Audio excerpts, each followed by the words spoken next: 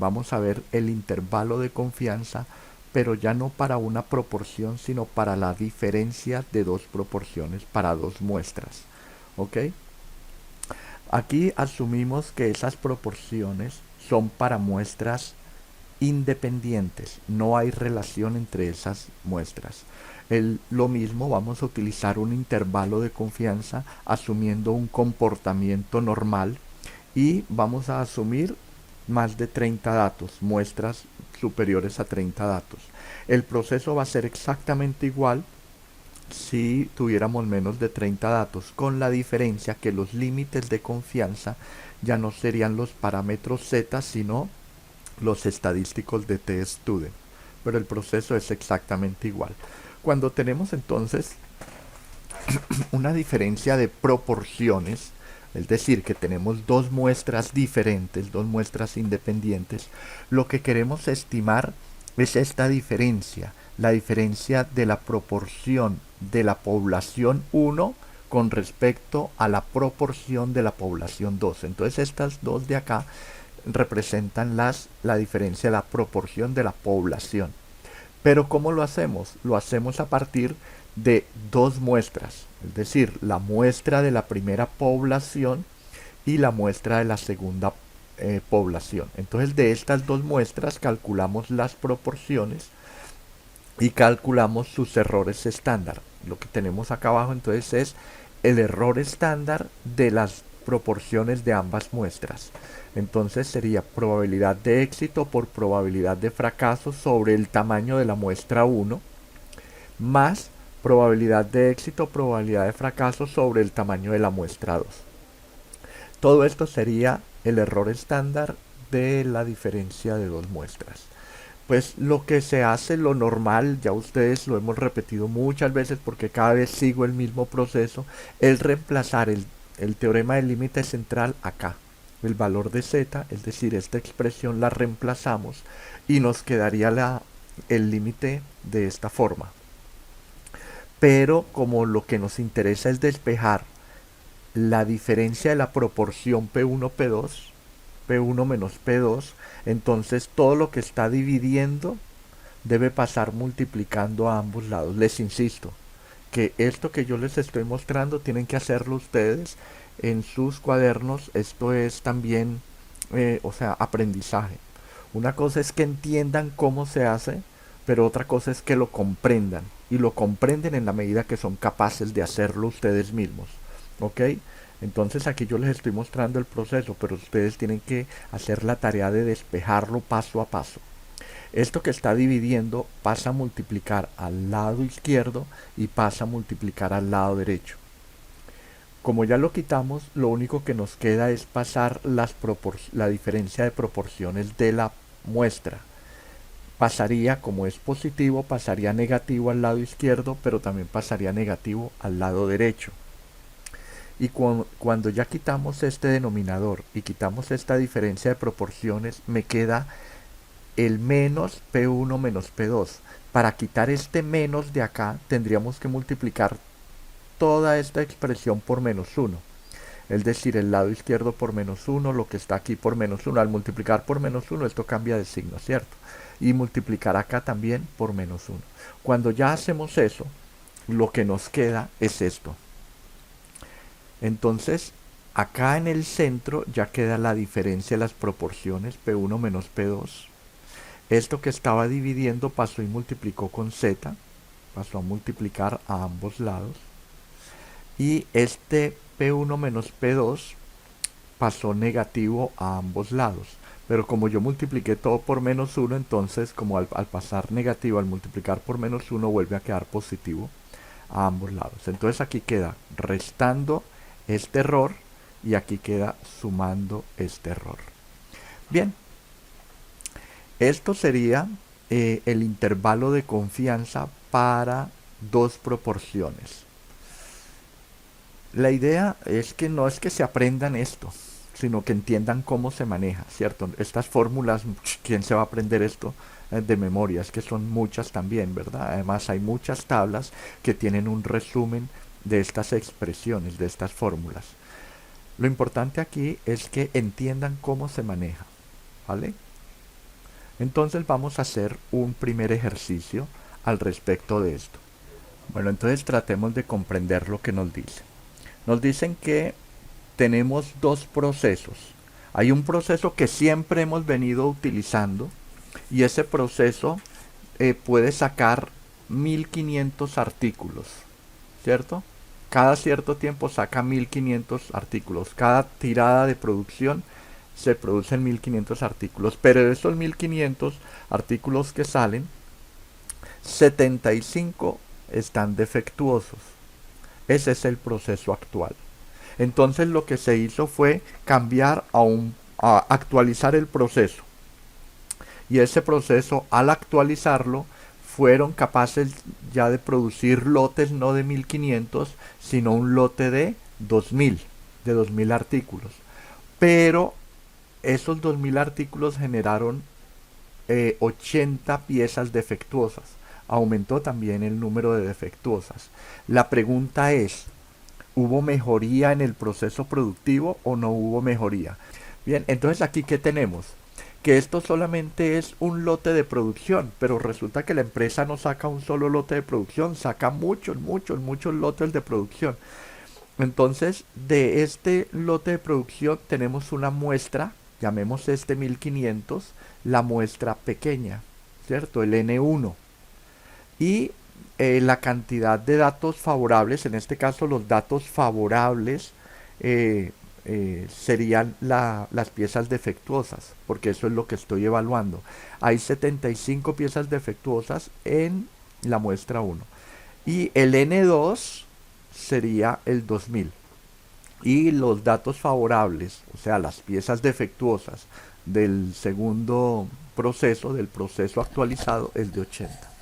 Y el intervalo, me están pidiendo el intervalo de confianza con una confianza del 90%. Entonces, lo que siempre recomiendo es no empezar a hacer las cosas de una, sino sacar los datos, ¿verdad? Vamos a extraer los datos del problema. Primero, tengo una muestra inicial, la muestra 1 y la muestra 2. El 1 este 1500 representa la muestra 1 y el 2000 representa la muestra 2. Entonces tengo las dos muestras. Este 1500 sería N1 y este 2000 sería el N2. Ahora, número de éxitos. Recordemos que la proporción es una probabilidad, ¿verdad? Y la probabilidad es número de éxitos sobre tamaño de la muestra. Entonces, la cantidad de éxitos es decir, de piezas defectuosas de la muestra 1 son 75. Y la cantidad de éxitos, es decir, piezas defectuosas de la muestra 2 es de 80. Es decir, de este 2000 hay 80 defectuosas, de estos 1500 hay 75. Este dato que está aquí abajo, la proporción de las muestras, es decir, el estadístico, la proporción de la muestra, tanto de la muestra 1 como de la muestra 2, no me lo están dando directamente. A esto es lo que se llama información implícita. Las anteriores, la muestra inicial y el número de éxitos, es lo que se llama información explícita, es decir, te lo están dando directamente. Esta es información explícita. Y hay información que no te dan, pero que se puede calcular en forma indirecta, como este de la proporción. Esto es la información implícita. Este 0,05, ¿de dónde sale? Es la proporción de la muestra 1. ¿Alguien me quiere decir cómo se calcula la proporción a partir de los datos anteriores? Es decir, cómo se calcula este 0,05 y cómo se calculó este 0,04. Excelente. Verifíquenlo allá si es correcto y yo no me haya equivocado. Ustedes saben que yo me equivoco mucho. Así que verifiquen allá en sus calculadoras. Excelente, te agradezco. Entonces la proporción 0,05 sería 75 entre 1500. Este es la proporción de la muestra 1. Y 80 sobre 2000 es 0,04, que es la proporción de la muestra 2. Eso es información implícita. Aquí hay otro dato explícito, el nivel de confianza. Me están diciendo que necesito formar un intervalo de confianza del 90%. O sea que el 1 menos alfa es del 90%, que es lo mismo que decir 0,9. Y de este nivel de confianza podemos extraer el nivel de significancia, ¿verdad? Ese nivel de significancia es el alfa. Si la confianza es del 90%, entonces la información implícita es que la significancia vale el 10, ¿cierto? 0,10. Ok, ya sabemos que ese 10% se tiene que repartir en dos colas. En una distribución normal, este 10%, una parte va para la cola izquierda de la gráfica, la campana de Gauss, y otro va para la cola derecha, es decir, el alfa medios. ¿Cuánto vale el Z alfa medios con una confianza del 90%? Primero necesito saber cuánto valdría el alfa medios. Si alfa vale el 10, el alfa medios vale ¿cuánto? 0,05. Excelente. Entonces, vamos a hacerlo. Otra vez, yo sé que ya ustedes son expertos manejando tablas de distribución normal y quiero que lo hagamos por las dos formas. Miremoslo en el programita que yo les tengo por acá. Este es distribución normal. Vamos a trabajar dos colas. Me dicen 90%, entonces 0,9. Cambio ese 90%. Y acá a la cola izquierda tengo un área de 0,05. Este sería el alfa medios. Y este alfa medios tiene un límite de confianza de menos 1,645. Y como la curva es simétrica, el límite de confianza en el otro lado es 1,645. Es el mismo pero con signo contrario. Ok, entonces es lo único que tenemos que hacer es reemplazar esos resultados de allá en esta tabla. Entonces aquí al reemplazar las proporciones 0,05 menos 0,04, ¿cierto? Menos el Z 1,645 por el error estándar. Para la primera muestra tenemos 5% por 95. Probabilidad de éxito por probabilidad de fracaso sobre el tamaño de la muestra 1, que es 1500. La segunda daría probabilidad de éxito 0,04, probabilidad de fracaso 0,96 sobre el tamaño de la muestra, que es 2000. Aquí podríamos hallar el límite inferior de la diferencia de las proporciones de la población. Y al otro lado obtenemos también el límite superior, pero ya no restando sino sumando. Y esta probabilidad debería ser del 90%. Al reemplazar me dio esto. Límite inferior, este límite de la izquierda me dio menos 0,017. Y el límite superior de la diferencia en las proporciones, o sea, este lado de acá, me dio 0,0217. Entonces la probabilidad de que la diferencia de las proporciones esté dentro de un margen del 90% es esta. Ahora nos hace falta estimar varianzas. Entonces la varianza de una población se simboliza con sigma, ¿cierto? Y la varianza de una muestra se simboliza con la letra S elevado al cuadrado. ¿Cómo se estiman las varianzas? Para todo lo que nosotros hemos visto, utilizamos siempre el teorema del límite central para la media, límite central para la diferencia de medias, límite central para la proporción, límite central para la diferencia de proporciones, pero siempre fue límite central. Pero ya para la estimación de varianzas no utilizamos el límite central, sino que utilizamos es el chi cuadrado. Por lo tanto, una distribución chi cuadrado tiene esta forma, noten. Depende mucho de los grados de libertad. Y los grados de libertad es el tamaño de la muestra menos 1. Esos son los grados de libertad. Y podemos también calcular el límite de confianza. Si yo tengo un nivel de confianza 1 menos alfa, tengo un límite de confianza al lado izquierdo que sería chi cuadrado 1 menos alfa medios, que sería el de acá.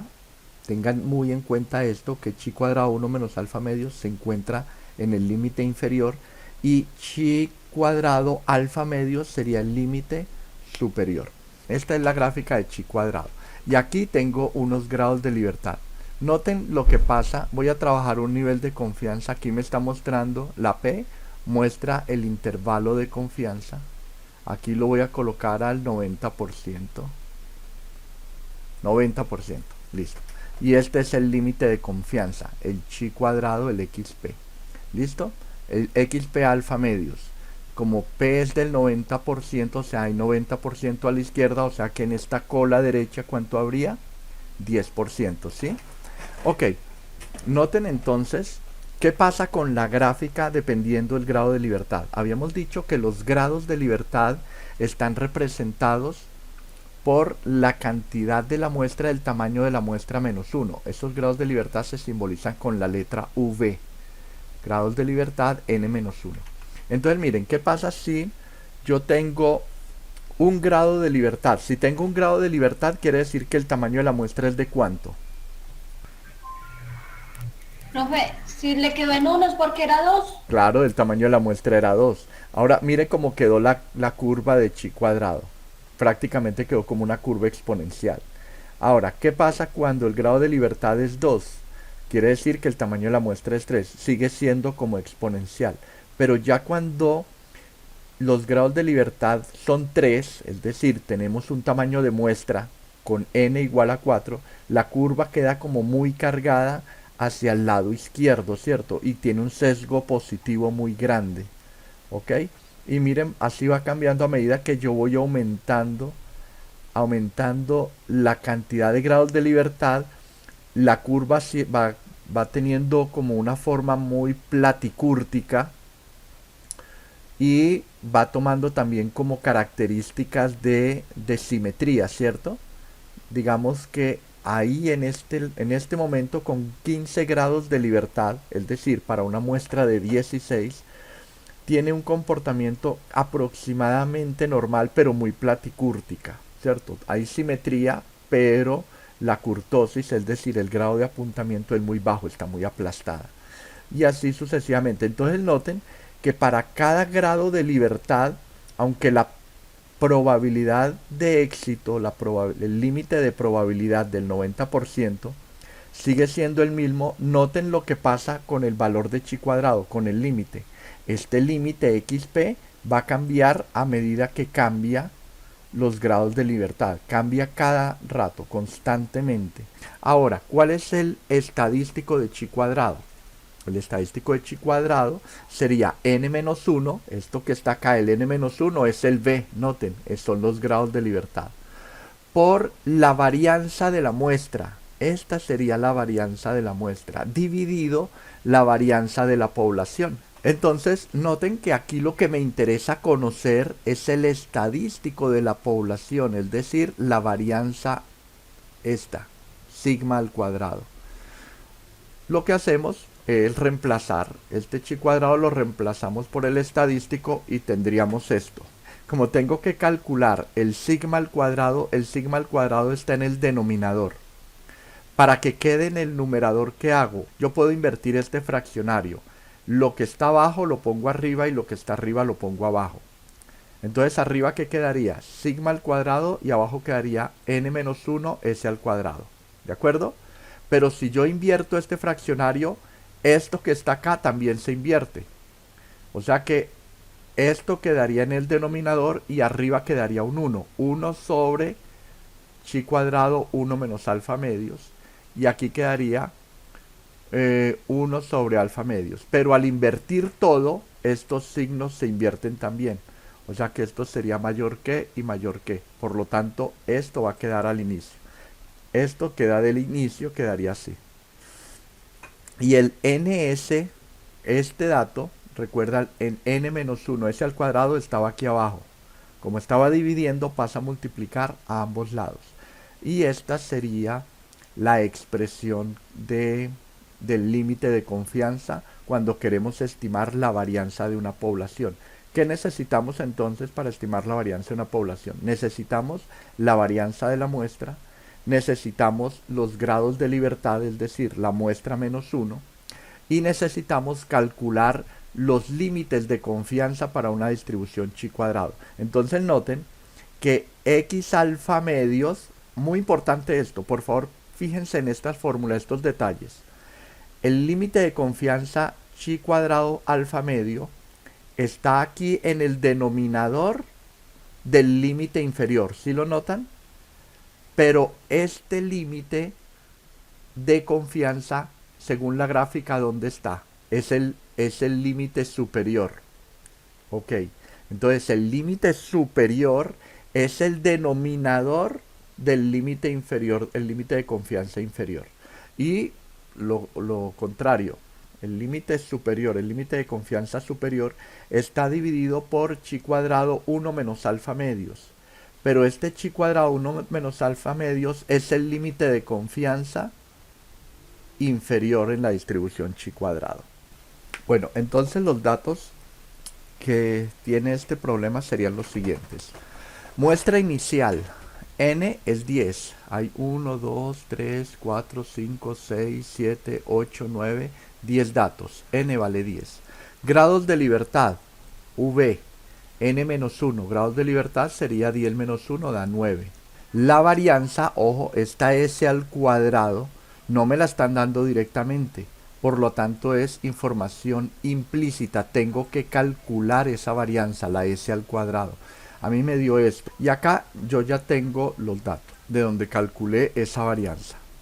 Verifiquemos. 46.4, 46.1, 45.8, 47, 46.1, 45.9, 45.8, 46.9, 45.2 y 46. Entonces me voy a análisis de datos y le digo que me muestre los estadísticos descriptivos. ¿Ok? ¿Cuál es el rango de entrada? El rango de entrada son los 10 datos. Me paro en esta celda y selecciono los 10 datos. Rango de salida, ¿dónde quiero que me dé la salida? Entonces me paro aquí y me posiciono en la celda donde quiero que me muestre los resultados. Y selecciono resumen de estadísticas y le doy a aceptar. Lo que me están pidiendo es la varianza de la muestra. Y noten, la varianza de la muestra es, por aproximación, 3 decimales sería 0,286. Hay otra forma para calcular la varianza de la muestra en Excel. Y esa fórmula la voy a calcular aquí al frente. Sería igual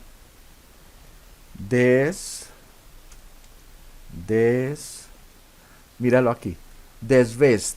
Aquí aparece dos referencias, desbest y desbest P. Aquí el desbest P sería desviación estándar poblacional. ¿Cuándo es poblacional? Cuando tenemos más de 30 datos.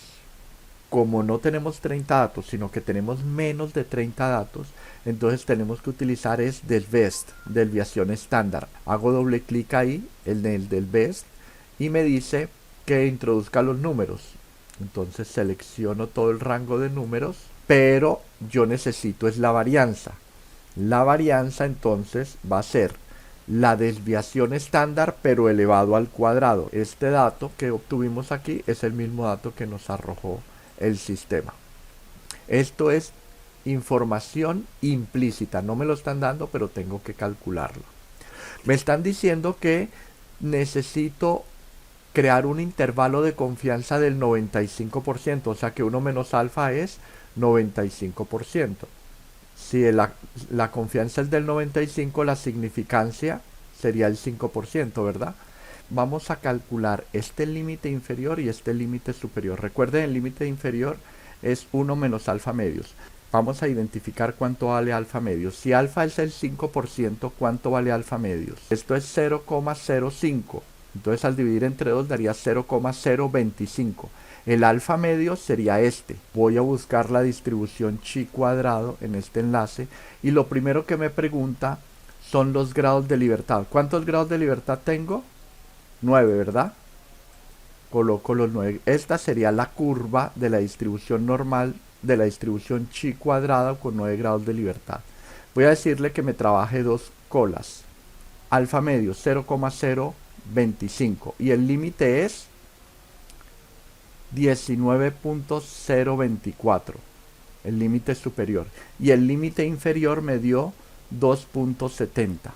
O sea, este sería el 1 menos alfa medios, ¿de acuerdo? Y este sería el alfa medios.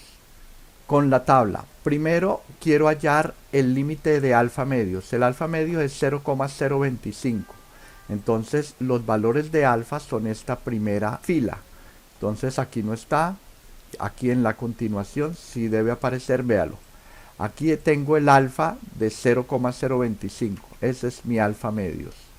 Ok, 0,025. ¿Cuántos grados de libertad? 9. Entonces 9 sería 19,023. Este valor sería el límite superior. Recordemos que este límite superior es el que colocamos aquí. En el sistema también nos dio 19,0. Hay un error de una milésima, porque aquí da 0,024 y en la tabla nos da 0,023. Bueno, ya trabajamos este límite superior, vamos a hallar este límite inferior. 1 menos alfa medios, ¿cuánto es, muchachos? Antes de irme a la tabla. Si alfa medios es 0,025, el 1 menos 0,025, ¿cuánto da? 0,975. 0,975, véalo. Para este valor de alfa medios, voy a buscar cuánto vale el límite con 9 grados de libertad. 2,70 es el que va acá. Comparándolo con el sistema, en realidad sí es 2,70. Ya tenemos el límite inferior y ya tenemos el límite superior. Ya tenemos las varianzas. Estos datos son información implícita. Vamos ahora a reemplazar en la fórmula del intervalo de confianza. Reemplacen entonces n vale 10 menos 1, 9 por la varianza sobre chi cuadrado alfa medios. El que va en esta primera parte del límite es la confianza, es el límite superior del nivel de confianza. Y para el límite superior va el nivel de confianza, el límite del nivel de confianza inferior. Bueno, al reemplazar tendríamos lo siguiente.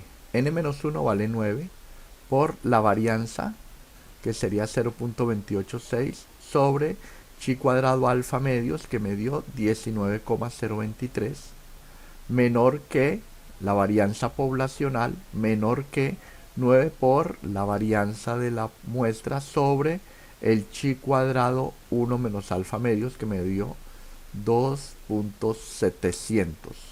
Al hacer ese cálculo me dio límite inferior 0,135 y límite superior 0,953. O sea que la varianza de la población puede variar entre 0,135 y 0,953.